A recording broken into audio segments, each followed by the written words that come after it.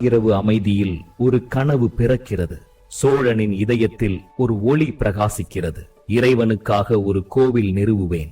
1000 ஆண்டுகள் காலத்தையும் மீறி நிற்கும் ஒரு அற்புதம் என்று அவர் உறுதி செய்கிறார். நண்பகாலை விடியும் போது அவரது கண்களில் தெய்வீக உறுதி ஒளிகிறது. இந்த கோவில் அவர் வெற்றியின் சின்னம் இல்லை, அது அவர் அன்பின், பக்தியின், மக்களுக்கான பரிசு. சோழ நாட்டின் சிறந்த சிற்பிகள், வாஸ்து நிபுணர்கள், பணியாளர்கள் அனைவரும் ஒரே இடத்தில். ஒவ்வொருவரின் கைகளிலும் ஒரு கனவு உருவம் பெறுகிறது. அதைவத்தை படைத்தல் என்று அவர்கள் சொல்கிறார்கள்.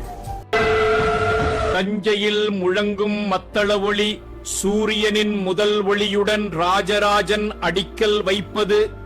பூமி அதிர்கிறது, வரலாறு புதிதாய் பிறக்கிறது.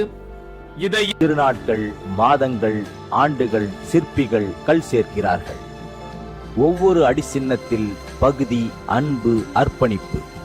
தூசி மூட்டம் நடுவே ஒரு மலை போல் கோவில் எழுகிறது. மதமும் சலையவரை அந்த மகத்தான மன்னன் தனது மக்களோடு இணைந்து உணவு கூட பகிர்கிறார். நான் ஒருவன் இல்லை, நாம் சேர்ந்து உருவாக்கும் கோவில் இது என்று அவர் சொல்கிறார். பல ஆண்டுகளின் பின் கோவில் முழுமை பெற்றது. காலை சூரியன் அந்த விமானத்தை தொட்டது போல் ஒளி பரப்புகிறது. மக்கள் ஆசுவாசத்துடன் வாழ்க சோழன் என்று கூவுகிறார்கள். மணமக்கள் எல்லோரும் அந்த கோவிலின் மூல அதிகாரிகள், பிள்ளைகள், வயதானோர் அனைவரும் கல் சுவர்களை தொட்டு அன்பு பகிர்கிறார்கள். இது மன்னனின் கோவில் இல்லை, இது மக்களின் கோவில். வேத மந்திரங்கள் ஒலிக்கின்றன. அக்னி முட்டிய நிமிடம். தெய்வத்தின் ஒளி கருவறையில் பிரகாசிக்கிறது. இப்போது இறைவன் தன் வீட்டிற்குள் நுழைகிறார் என்று பூசாரிகள் புரள்கின்றனர். அணிக்கு பயம். ஆண்டுகள் சென்றாலும் இந்த கோவில் சிதையவில்லை.